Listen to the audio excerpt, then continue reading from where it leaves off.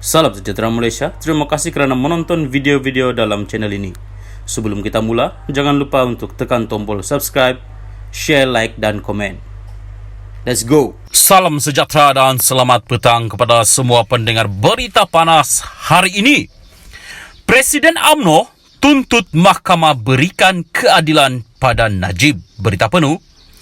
Presiden UMNO Ahmad Zahid Hamidi menuntut mahkamah memberikan keadilan kepada Najib Razak dalam perbicaraan melibatkan bekas Perdana Menteri itu. Ketika menyampaikan ucapan dasar pada Perhimpunan Agung UMNO hari ini, Zahid mendakwa Najib menjadi mangsa pendakwaan politik dan terpilih. Dia juga Najib yang digelar sebagai bosku sebelum ini telah memberikan sumbangan untuk mengembalikan sokongan rakyat kepada BN. Apabila fenomena bosku melanda negara, kelompok kecil di kalangan kita terus mendendangkan suara mempertikaikan bosku.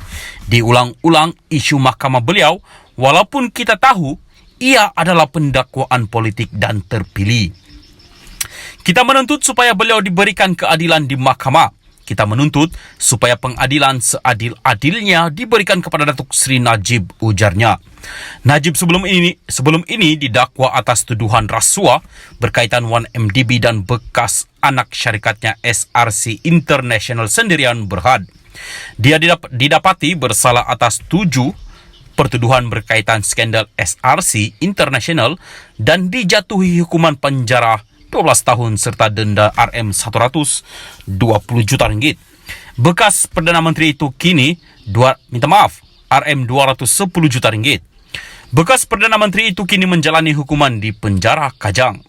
Untuk rekod, Zahid sendiri berdepan dengan pertuduhan rasuah dan sedang dibicarakan di mahkamah. Zahid adalah pemimpin UMNO kedua yang menyebut nama Najib dan memuji sumbangannya kepada parti itu dalam Perhimpunan Agung UMNO tahun ini.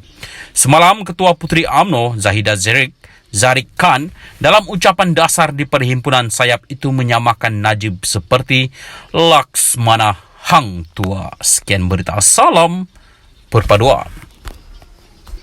Salam sejahtera dan selamat tengah hari kepada semua pendengar berita panas hari ini. Dipetik dari Malaysia Kini bertajuk Puteri UMNO anggap Najib Laksmana Hang Tua. Berita penuh. Ketika jasadnya berada agak jauh dari pusat dagangan dunia Kuala Lumpur, nama Najib Razak tetap meniti di bibir pemimpin parti itu. Itulah yang dapat dilihat pada persidangan Puteri UMNO di tengah kota raya hari ini. Malah Puteri UMNO juga menyamakan bekas Perdana Menteri itu dengan Hang Tua.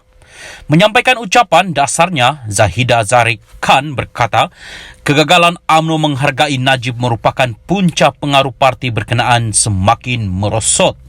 Langkah menghargai pemimpin terbabit katanya cuma berlaku selepas UMNO kehilangan tokoh berkenaan. Inilah yang berlaku kepada fenomena bosku yang sangat difahami oleh lawan tetapi kurang dimanfaatkan oleh kawan, seperti cerita Hang Tua. Apabila susah, barulah ramai yang bercakap alangkah baiknya kalau Hang Tua masih hidup, katanya. Najib merupakan Perdana Menteri ke-7 Malaysia yang gagal mengemudi partinya meneruskan kemenangan dalam PRU. Di bawah kepimpinan anak bekas Perdana Menteri kedua itu, UMNO BN gagal mendapat majoriti di Parlimen buat pertama kali dan menyaksikan PH menjadi kerajaan. Dia yang memasuki PRU ke-14 dengan skandal 1MDB kemudian didakwa di mahkamah.